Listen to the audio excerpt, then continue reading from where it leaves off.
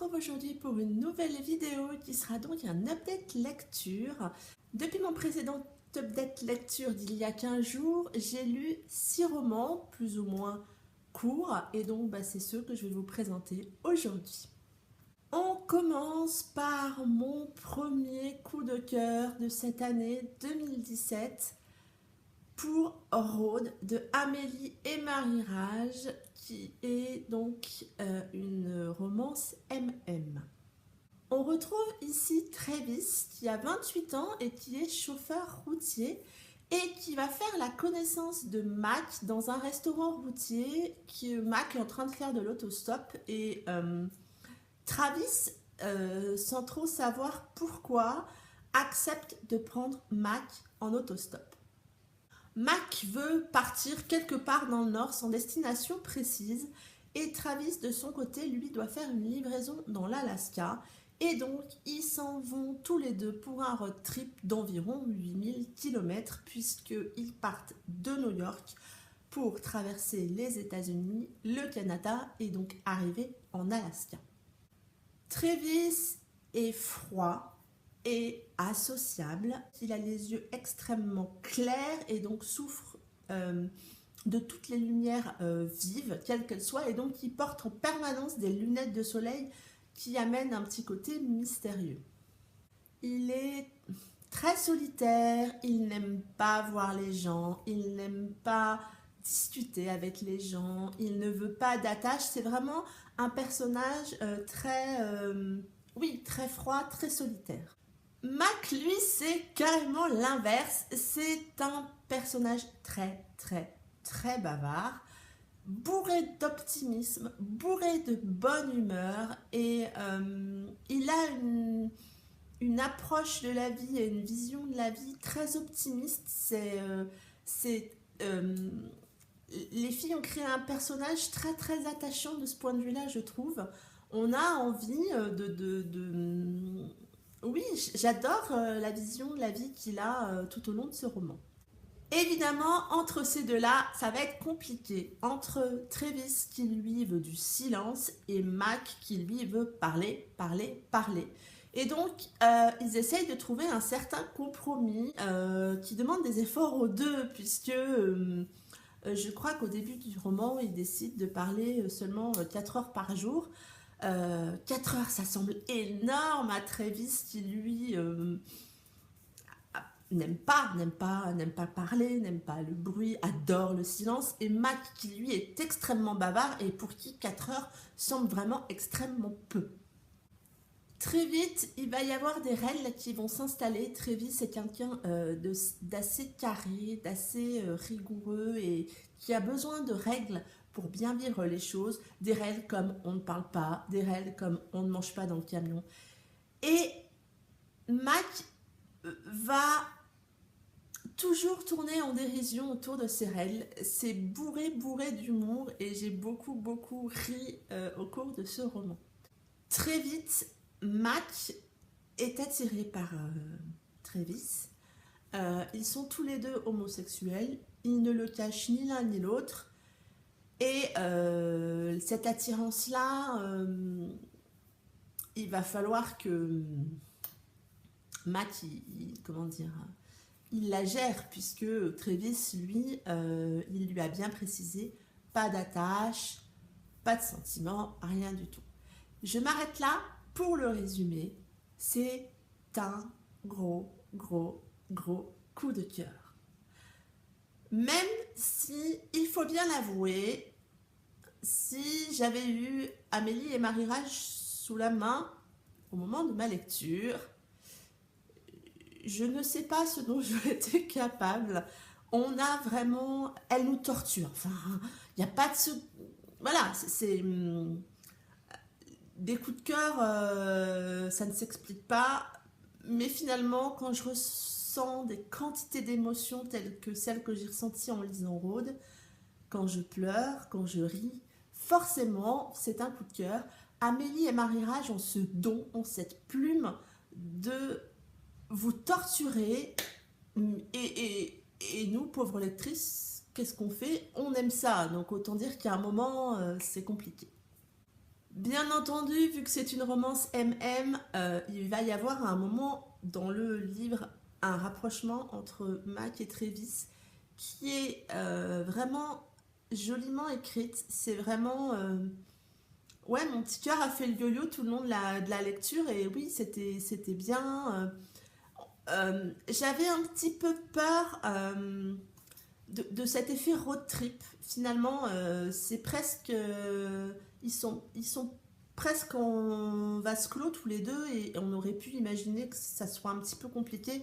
On n'a pas vraiment de personnages secondaires qu'on suit dans le roman. C'est vraiment très focalisé sur ces deux-là. Et ça fait un effet... ça amène des émotions extrêmement fortes. Euh, je pense que le fait que ça soit des livres autopubliés, il n'y a pas de censure, et je le redis, je me répète, ça, oui, ça amène vraiment des pépites ces bouquins, et Rhodes en est une très très belle pépite. Je ne m'attendais pas à cette fin, je ne m'attendais pas à ce dénouement, je ne l'ai pas vu venir. Euh, Finalement, en peu de temps, j'ai lu deux histoires euh, pas similaires, mais avec un dénouement qui se rapproche. Et qu'est-ce que c'est poignant, qu'est-ce que c'est prenant. J'ai vraiment beaucoup pleuré. Euh, Parce que, oui, parce que c'est triste aussi et que c'est ça aussi qui fait la beauté d'un coup de cœur. Donc si vous ne l'avez pas compris, j'ai beaucoup aimé Rhodes de Amélie et Marie Rage. Si vous avez envie de lire du MM ou si vous avez envie de découvrir leurs plumes, si vous ne l'avez pas déjà découverte, je ne peux que vous conseiller Rhodes. C'est vraiment une très très belle histoire. Après Rhodes, j'ai enchaîné quatrième et dernier tome de la saga Off Campus, The Goal de L. Kennedy.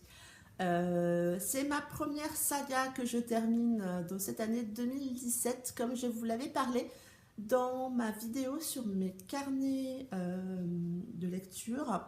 Je m'étais inscrite à un challenge qui consiste à terminer 12 sagas en 12 mois. Off Campus est la première saga que je termine en 2017. On retrouve ici dans ce quatrième tome l'histoire de Tucker, qui est le quatrième garçon qui vit dans cette colocation de hôteliers, et Sabrina. À la fin du tome 3, vraiment tout à la fin, on a une grosse révélation sur Sabrina et Tucker, et on sait ce qui va arriver dans ce tome 4. La révélation à la fin du tome 3 finalement n'arrive qu'au milieu du tome 4.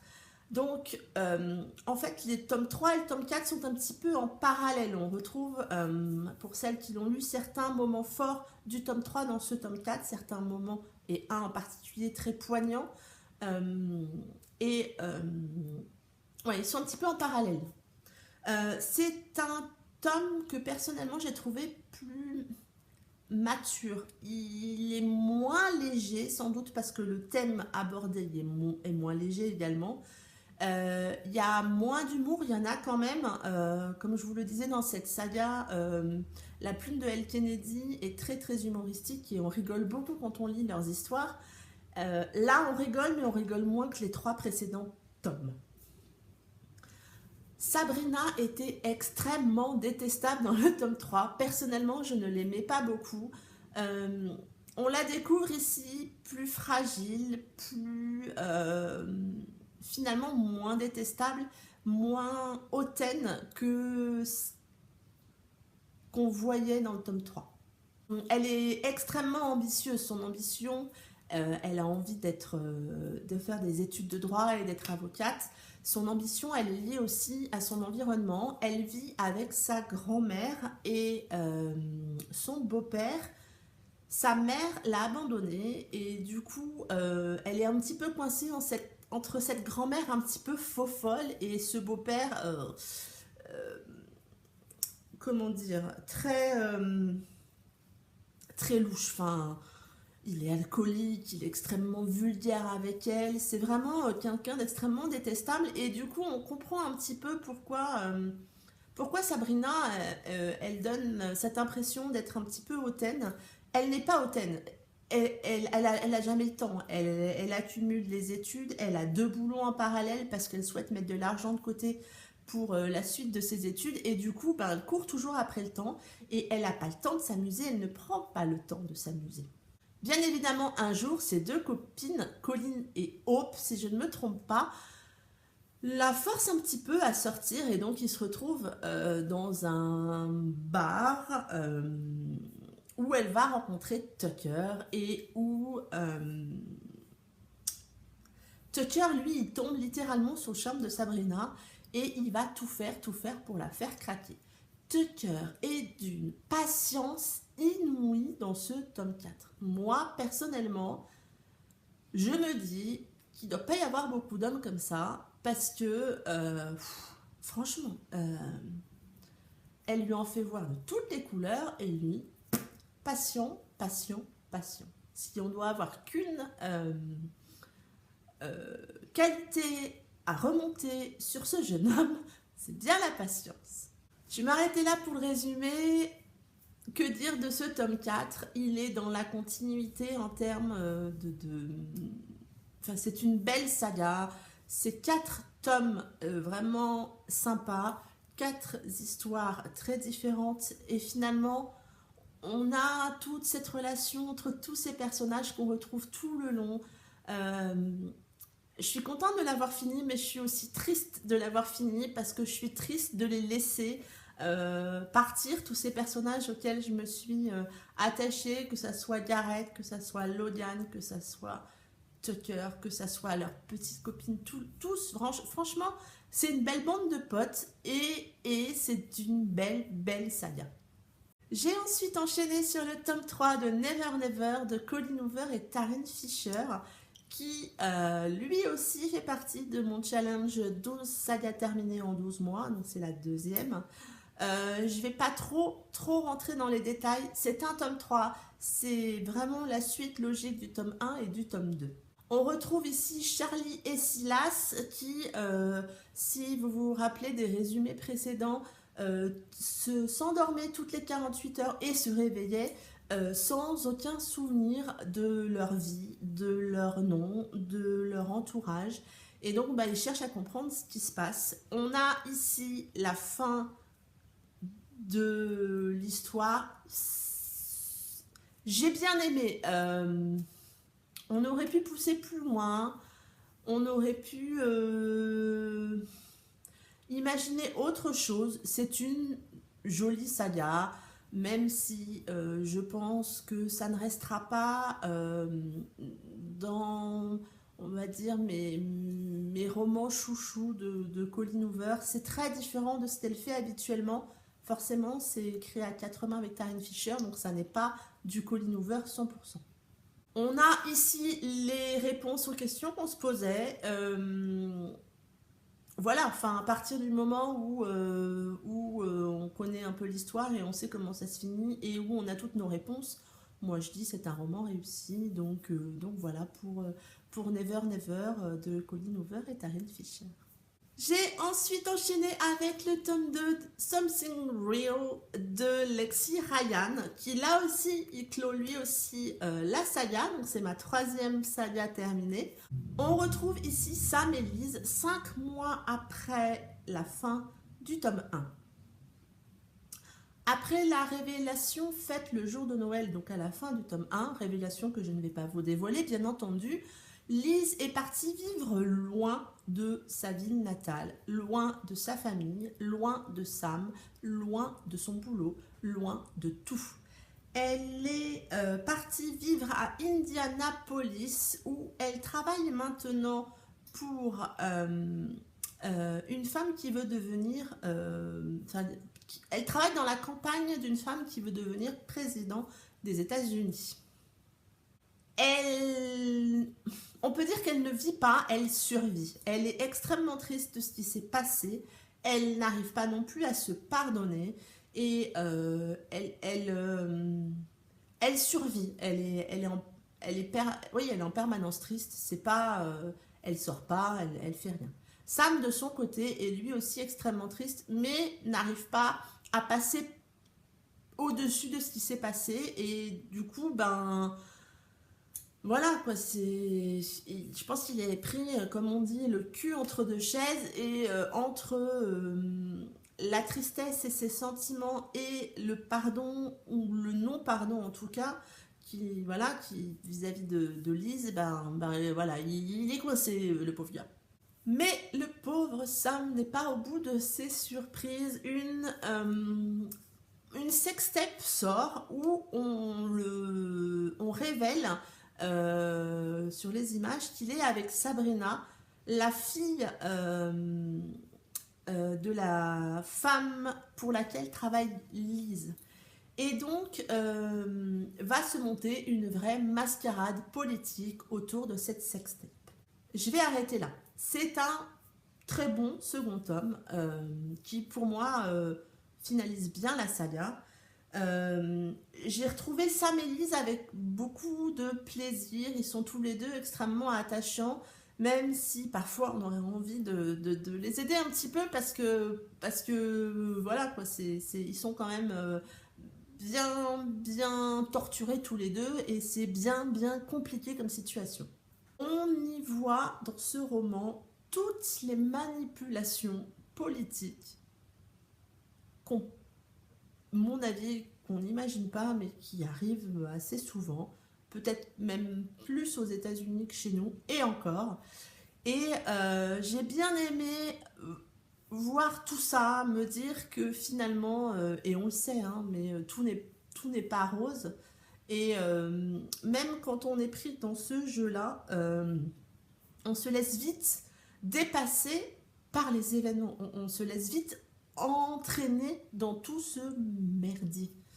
Et oui, j'ai trouvé ça assez intéressant. L'intrigue est bien ficelée et c'était bien. J'ai quand même trouvé Sam un petit peu agaçant. Je le trouve, il se laisse vraiment beaucoup manipuler par Sabrina dans ce roman. Même si à un moment on comprend un petit peu ses raisons, j'avoue par moment il m'a un peu agacé. Mais ça reste un très bon second tome. La saga en elle-même est finie, mais il est indiqué à la fin du roman qu'il allait avoir une saga un petit peu parallèle sur des personnages secondaires qu'on découvre dans ce tome 2.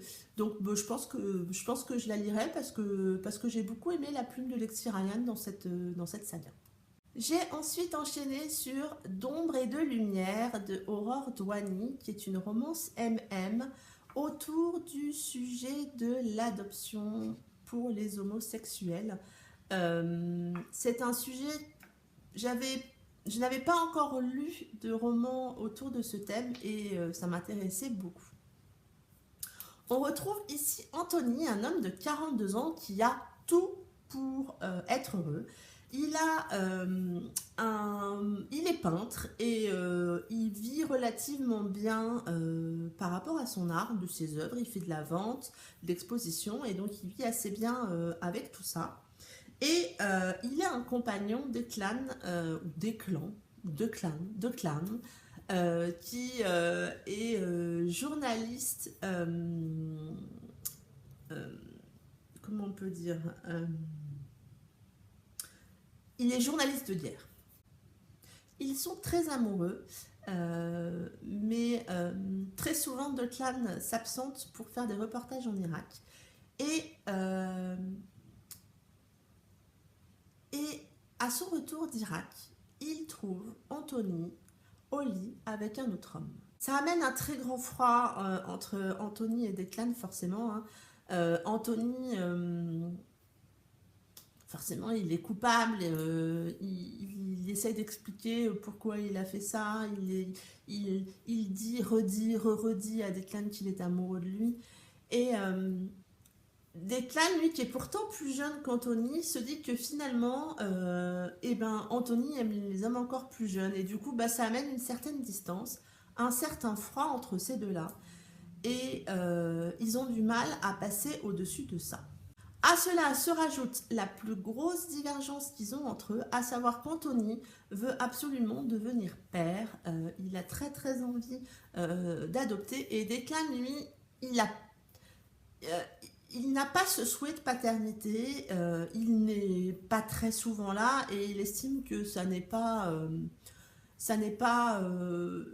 vraiment bien pour un enfant et puis je crois que tout simplement il n'a juste pas envie d'être père.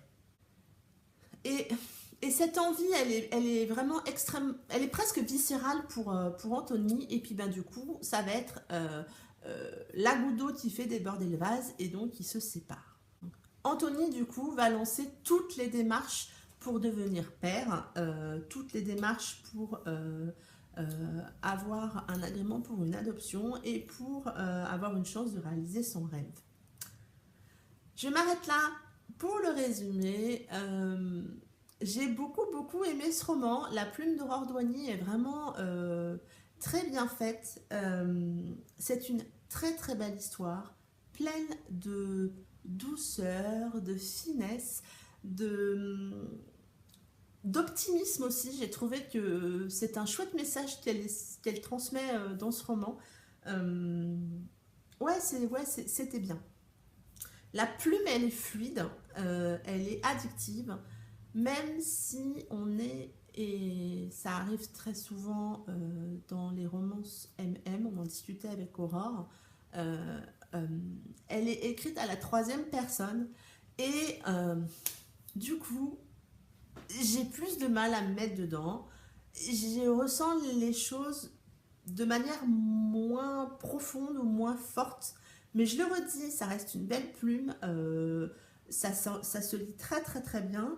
Euh, et moi, j'ai beaucoup aimé. L'histoire est extrêmement réaliste. Franchement, il n'y a rien, tout au long du roman, il n'y a rien qui m'a fait tiquer parfois dans les romances, que ce soit MM ou MF.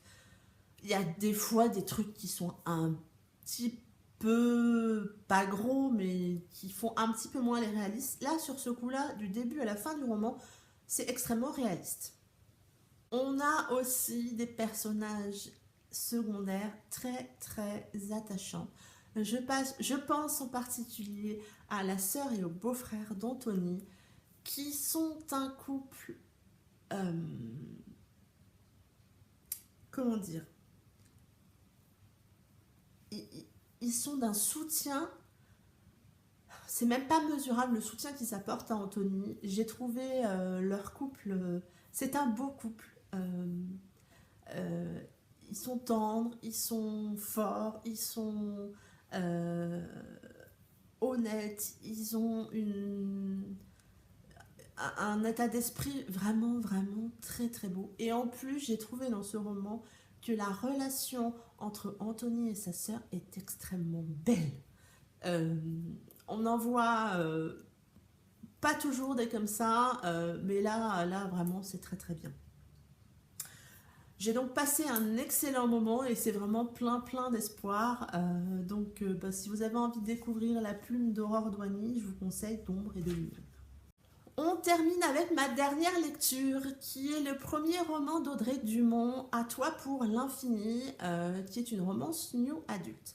On retrouve ici Janice, qui est une jeune femme assez ambitieuse, assez drôle, et puis assez aventurière aussi dans l'âme, et elle part en voyage avec Lynn, sa meilleure amie, et Sarah, sa sœur, pour un mois. Euh, Ce voyage, c'est un peu comme un dernier chapitre. On ne sait pas pourquoi, mais on sent qu'il y a quelque chose dans toute cette histoire. Et tout au long du roman, c'est un tout petit peu, on va dire, parsemé d'indices. Janice, donc elle veut pleinement profiter de ce voyage, elle veut s'amuser, elle veut rencontrer des hommes, elle veut s'éclater sexuellement, elle veut... Oui, elle veut en profiter à fond, elle ne veut aucune attache, elle ne veut aucune promesse, elle veut, voilà, vivre complètement insouciante durant ce mois de vacances. Elles se font du coup toutes les trois beaucoup de sorties entre filles et donc sortent une fois en boîte de nuit et Janice fait la rencontre de Thomas et très vite c'est une attirance physique entre ces deux-là extrêmement forte. Ils passent la nuit ensemble, mais Janice, forte de ses convictions et de ses envies par rapport au fait de ne pas s'attacher, prend la fuite en plein milieu de la nuit, ou en tout cas s'en va. Et pour elle, voilà, aucune attache, donc elle essaie de s'y tenir. Mais ils se rendent vite compte tous les deux qu'ils pensent beaucoup l'un à l'autre et que cette attirance physique est extrêmement forte. Ils vont donc se revoir, ils vont donc apprendre à se connaître. Janice a beau lutter par rapport au sentiment qu'elle sent naître,